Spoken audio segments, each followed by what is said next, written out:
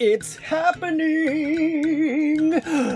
Oh boy, oh boy, oh boy. We have a brand new game to talk about, and I am so excited. It is not just any game. It's a Battle for Bikini Bottom remake, Rehydrated. You know what we're here to talk about today! But how good is it? How great is it? I have a few opinions on that, and I'm totally willing to share them with you. So, why don't we just hop right into the game and take a look at it. But some background information first. So are you ready, kids? Let's take a hop back into Battle for Bikini Bottom together and see how Purple Lamp Studios is done with this classic. Wait, Purple Lamp Studios? I've never heard of these people. What else have they done? According to Wikipedia, it seems like some game called Misbits and the Guild 3. I feel like this Wikipedia article didn't exist for them till Rehydrated existed. Anyways, let's start talking about the actual game. This will be a weird review for sure, especially since I just talked about Battle for Bikini Bottom only about a few months ago. So I'm probably going to skip over a lot of the main review things. I'll still try to talk about most stuff, but if you're into a full in-depth Battle for Bikini Bottom review, definitely go take a look at my original review on that.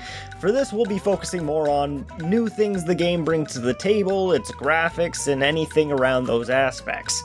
So let's begin this review talking about some beautiful, beautiful graphics.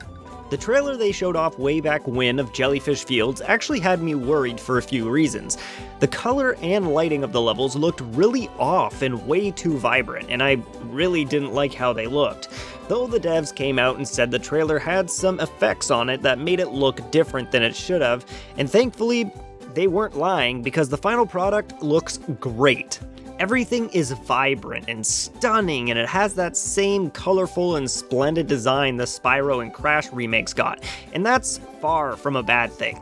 The other issue I had with the trailer that I had mentioned a few times in different conversations I had with people was that it just looked dark and bland, all of the backgrounds especially. When looking back at Sandy and Patrick's boss fight in the trailer, you can't really see any of the background and everything seems kind of bland and empty compared to the original game, where you had huge, especially Sandy's arena, there's a huge just crowd of people that you can see. And it didn't really show up too well in the trailer, but thankfully in the full release of the game, there is a lot more that you can actually see. It's not as dark and it looks so much better. So I'm really glad that I was wrong about that one. I really, really wanted it to look good, and it did. As I mentioned in the last review, I loved how you could see different levels from the level you were in, like Sand Mountain, Downtown Bikini Bottom, and Goo Lagoon from Jellyfish Fields, and the remaster does not disappoint. Seeing the huge, beautiful sand mountains from Jellyfish Fields is amazing. Sadly, the great view from the top of the Sea Needle is pretty much gone, which is a bummer, but it could be much worse. Another thing Purple Lamp Studios got spot on was the controls. It actually feels even better to play than before, which makes some of the frustrating challenges from the original a much simpler task to accomplish. The biggest difference I noticed right away was in the SpongeBob ball parts. The controls for moving SpongeBob in ball form around all over the place are just so much more tight, and you don't feel like inertia is just constantly pulling you to your death all the time. But not everything is perfect. Oh no. There are plenty of things I found myself having issues with. My biggest gripe is that there's nothing really new added to the game. Everything is copy and pasted from the original. I was really hoping to have Clancy Brown voice Mr. Krabs, or Mermaid Man's voice changed to anything that doesn't sound like this. Who is it? Man Ray? The atomic flounder? The dirty bubble? Also, I was kind of expecting to see some of the lost content brought back into the main game, like Patrick's dream, but it seems like they kind of just shoehorned all that into the Horde Mode, and oh boy, we'll talk about that in a bit. The game also has multiple flaws, for sure. It's not a perfect game. The one thing that I noticed very badly is that SpongeBob's shadow, specifically SpongeBob, just him for some reason, his shadow lags behind quite often when trying to make some platforming jumps. So when you're trying to make jumps like this, it can be really hard to, land your mark, especially when you can't see your shadow, so there's no real good way to, figure out where you are in the air according to 3D space. Also, bungee jumping in general is just totally messed up. All of the noises are just non-existent, making for a real disappointing experience. Though, to credit them, they did improve the ability to break tikis while on the bungee, since instead of just getting stuck under tikis on your way back up, you'll actually break them now. My biggest issue with the game, though, for sure, 100%, is that the game has zero control options or settings allowing you to change how you can play the game. I couldn't find anything besides changing the camera if it's inverted or not inverted, and a vibration setting. There's no alternative controller schemes or graphical settings, and even worse, there is zero sensitivity settings. And the default sensitivity for playing with mouse and keyboard is atrocious. Like, I have a pretty low DPI of 1000, and this is still nauseating to control. I'd never recommend playing a platformer with mouse and keyboard, but some people don't have the option to choose, and making them play with this horrible sensitivity is a crime. These small hindrances are annoying, but overall they don't take away from the overall experience of the game. It looks beautiful and plays fantastic, and is a great new way to play an amazing classic platformer of the PS2 era of gaming, and for sure does not deserve the horrid low scores placed by GameSpot. But I mean, when you're giving us Cuphead level gameplay to judge your review on, then we can't really take your review quite seriously, can we? Like, just watch this. In one section of the puzzle, all you need to do is stand on a button, and that button opens a gate for you to bowl a bubble into so you can progress. The only problem is that during SpongeBob's wind-up animation for bowling, he walks forward. That means you fall off the button, which closes the gate and prevents you from bowling the bubble where you intended, when you intended. Yeah, that's just infuriating for me to watch.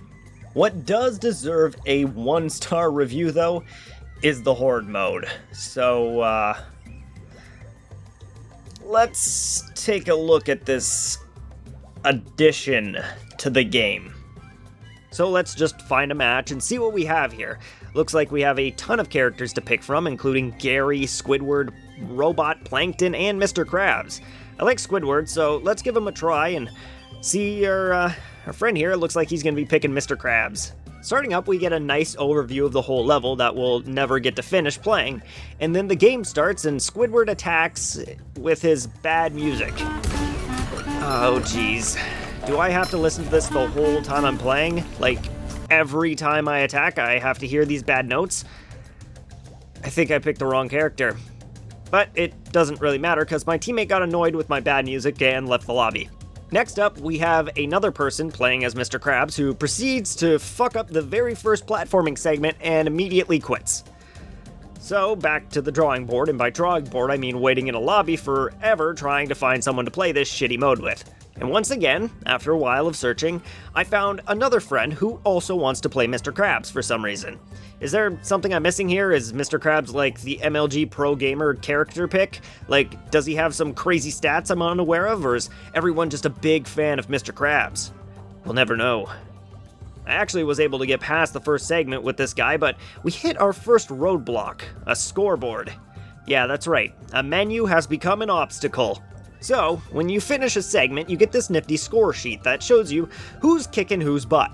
But after that, you need to hold the A button to continue, and there's really no way to let the player know that this is how it works. It took me a couple times spamming the A button on the controller trying to continue before I noticed the small bar filling up around the A button on screen.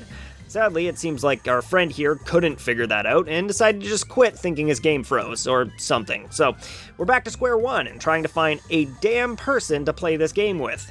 And after another 10 minutes of waiting for someone to join my lobby, I'm starting to get really impatient. Like, seriously, someone just needs to get the fuck in here. Oh, look at that. My prayers were answered. The fuck showed up. Wait, no, don't leave. Please don't leave. Oh, he left. Oh, God, why help me? Someone play with me. Anybody, come on. You over there? Anyone want to play SpongeBob Horde Mode? Anyone? You? No one? No. And finally, someone to play with.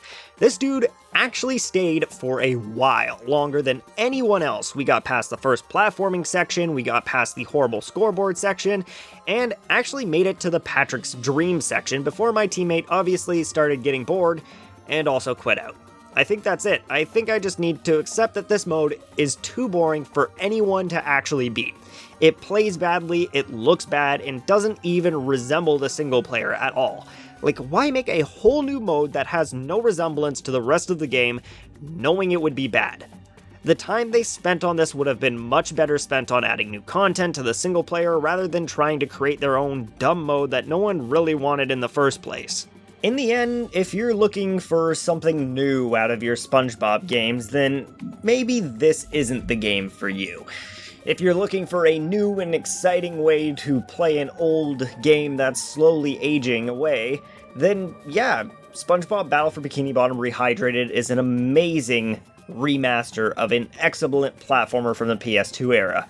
Sadly, it doesn't bring anything new to the game, but it makes the original so much better in so many different ways, and this is definitely the best way to play Battle for Bikini Bottom right now. I just wish we got more. Also, that's kind of it for the video.